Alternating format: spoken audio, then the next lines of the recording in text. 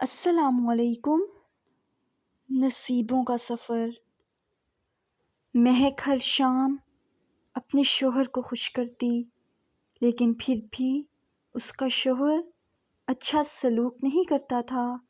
ساس بیچاری بہو کو پانچ ہونے کے طعنے دیتی، مگر وہ کیسے بتاتی؟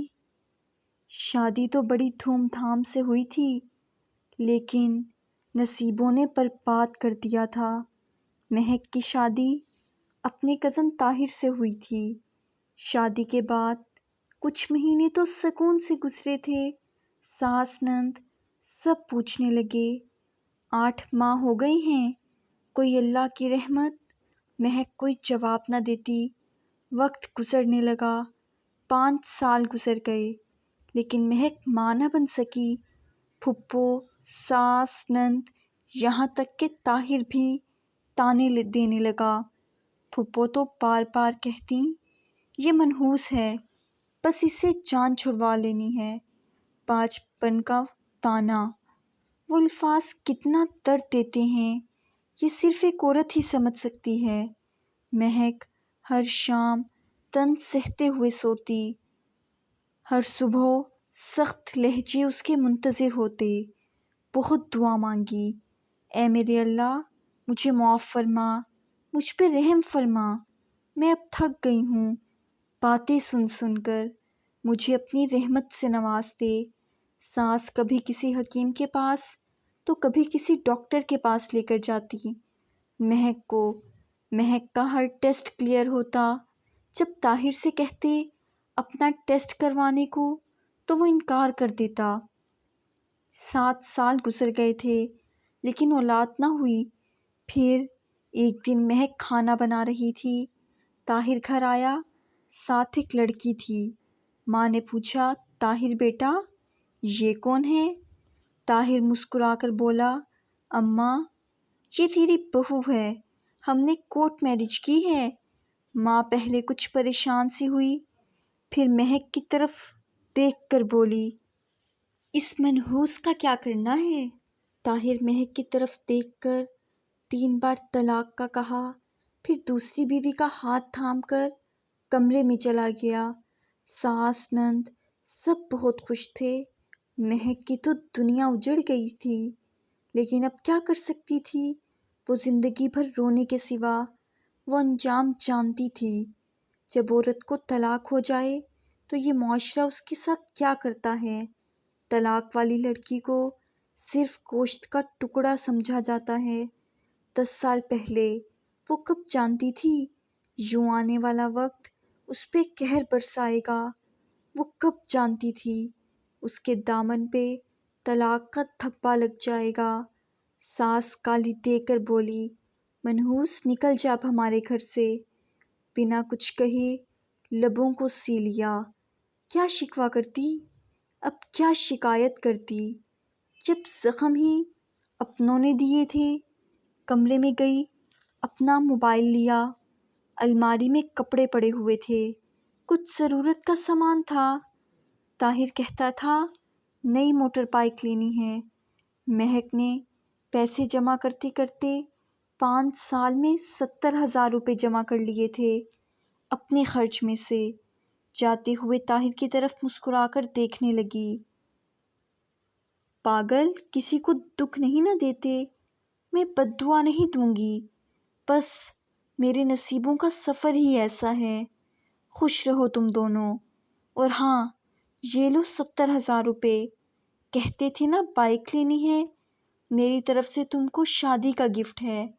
طاہر مہک کی آنکھوں میں دیکھنے لگا، غم کا ایک بھی آنسو نہ تھا، نہ جانے کیسے اتنا صبر کیے ہوئے تھی، یوں لگ رہا تھا جیسے کچھ ہوا ہی نہ ہو۔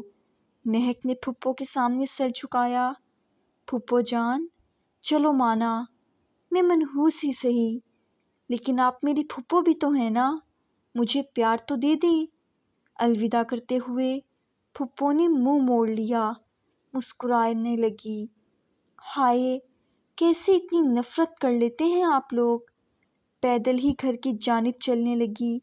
جیسے ہی گھر سے قدم باہر رکھا ضبط ٹوٹ گیا، آنکھوں سے آنسوں کا طوفان بہنے لگا، سرخ آنکھیں، برباد زندگی، تڑپتا دل، بے بسی کی انتہا، ہزار شکوے شکایات لبوں پہ، کس سے کہتی، کس کو سناتی، کیا گزری اس پہ۔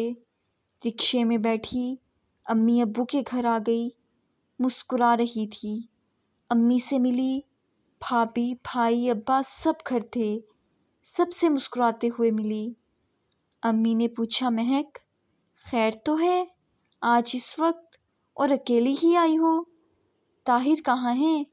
مسجد سے اذان کی آواز سنائی دینے لگی، ظہر کا وقت ہو گیا تھا۔ بنا کچھ بولے وضو کیا، نماز ادا کی۔ نماز کے بعد امی سے کہنے لگی، امی بھوک بہت لگی ہے، کھانا ہی دے دیں۔ امی کچھ نہ سمجھ پا رہی تھیں۔ مہک کو کھانا دیا، کھانا کھا کر کہنے لگی، امی سو جاؤں کچھ دیر؟ ماں نے غصے سے پوچھا، میرا دل گھبرا رہا ہے، مجھے سچی بات بتا مہک، کیا ہوا ہے؟ طاہر نے کچھ کہا ہے؟ مہک چپ رہی، نہیں امی، کسی نے کچھ نہیں کہا، بس آپ سے ملنے آئی ہوں، کہو تو چلی جاؤں یہاں سے۔ ماں نے سینے سے لگایا، مہک تیری آنکھیں بتا رہی ہیں، کچھ تو بات ہے۔ ماں کے سینے لگی ہوئی مسکرانے لگی، آواز کانپنے لگی، امی طاہر نے مجھے طلاق دے دی ہے۔ بانجھ کہہ کر ماں کو یقین نہ ہو رہا تھا، یہ کیا کہہ رہی ہو میری بچی؟ مہک بولی، امی بس ہو گئی طلاق، اب کوئی تماشا نہ کرنا کوئی بھی، بس جو ہونا تھا ہو گیا۔ مجھ پہ قیامت کا آنا ضروری تھا، جو آ کر گزر گئی، اب پلیز اس سے پوچھنا، لڑنا جھگڑنا۔ امی چھوڑیں بس، میں کسی سے کوئی شکایت نہیں کرتی۔ ماں تڑپنے لگی، مہک کیا ہو گیا میری بچی تم کو؟ ہم ان لوگوں کو گریبان سے پکڑیں گے، حق مہر کی بات کریں گے۔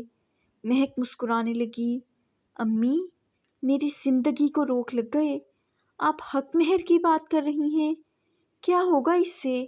کوئی فرق پڑے گا کیا؟ 4 لوگ اکٹھے ہوں گے، میرا تماشا لگے گا، پولیس، کورٹ کچہری، کالم گلوچ، وہ لوگ بھی مجھے دیکھیں گے جن کو میری خبر تک نہیں۔ امی اس نے چھوڑ دیا، میں خوش ہوں، بس اب پلیز اس بارے میں کوئی بات نہ کرے۔ مہک کمرے میں جا کر آنکھیں بند کر کے لیٹ گئی۔ یہ تھی میری آج کی سٹوری، مجھے امید ہے کہ آپ کو پسند آئی ہوگی۔ پلیز لائک کریں، کمنٹ کریں اور اپنے دوستوں میں زیادہ سے زیادہ شیئر کریں، نماز قائم کریں اور مجھے بھی ضرور دعاؤں میں یاد رکھیے گا۔ اللہ حافظ۔